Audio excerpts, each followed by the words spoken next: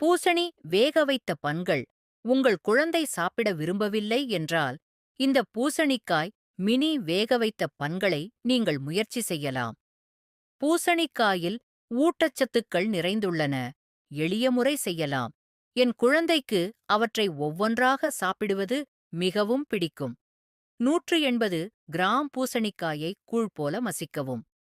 3 gram east ஏற்கவும். 20 gram சர்க்கரை, 300 gram மைதா மாவு ஊற்றவும். மாவை கிளறவும், மென்மையான மாவாக பிசையவும். மாவை 2 சம பாகங்களாக பிரிக்கவும். மாவை மெல்லிய, சீரான கீற்றுகளாக உருட்டவும். மாவை சமபாகங்களாக வெட்டுங்கள். அனைத்தும் தயாரான பிறகு அவற்றை ஒரு ஸ்டீமரில் வைக்கவும். அது ஒரு பாத்திரத்தில் வெதுவெதுப்பான நீரில் போட்டு அதன் அளவு இரட்டிப்பாகும் வரை கொதிக்க விடவும். தண்ணீர் கொதித்த பிறகு 10 நிமிடங்கள் ஆவியில் வேக வைக்கவும்.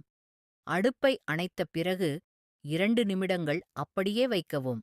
சுவையான பூசணி காய்பன்கள ரெடி. உங்களுக்கு இந்த வீடியோ பிடிச்சிருந்தா லைக் பண்ணுங்க, சப்ஸ்கிரைப் பண்ணுங்க, பெல் ஐகானை கிளிக் பண்ணுங்க. தேங்க்யூ.